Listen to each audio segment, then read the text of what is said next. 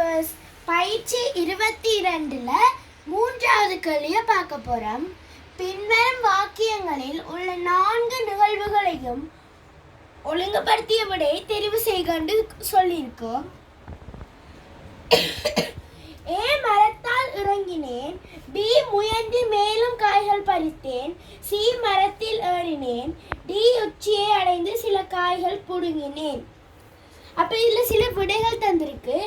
ACPD, சிடிபிஏ, டிபிசிஇ. அப்போ இப்படியான கேள்வி வந்து நாங்கள் விடையை வச்சு கண்டுபிடிப்போம். முதலாவது ஏ என்று சொல்லியிருக்கு, மரத்தால் இறங்கினேன். ஆனால் அது எங்களுக்கு வராது, ஏன்னா நாங்கள் மரத்தில் ஏறினா பிறகுதான் மரத்துலேருந்து இறங்குவோம். அப்போ இந்த விடை அவுட் பண்ணியாச்சு. அடுத்த 2வது விடையை பார்ப்போம். சி மரத்தில் ஏறினேன், சரி. டி உச்சியை அடைந்து சில காய்கள் புடுங்கினேன், அதுவும் சரி. பி முயன்று மேலும் காய்கள் பறித்தேன், அதுவும் சரி. மரத்தால் இறங்கினேன், அதுவும் சரி. ஆகவே எங்களுக்கு விடை 2வது. ஏற்கும் நாங்கள் 3வது விடையும் செக் பண்ணி பார்ப்போம்.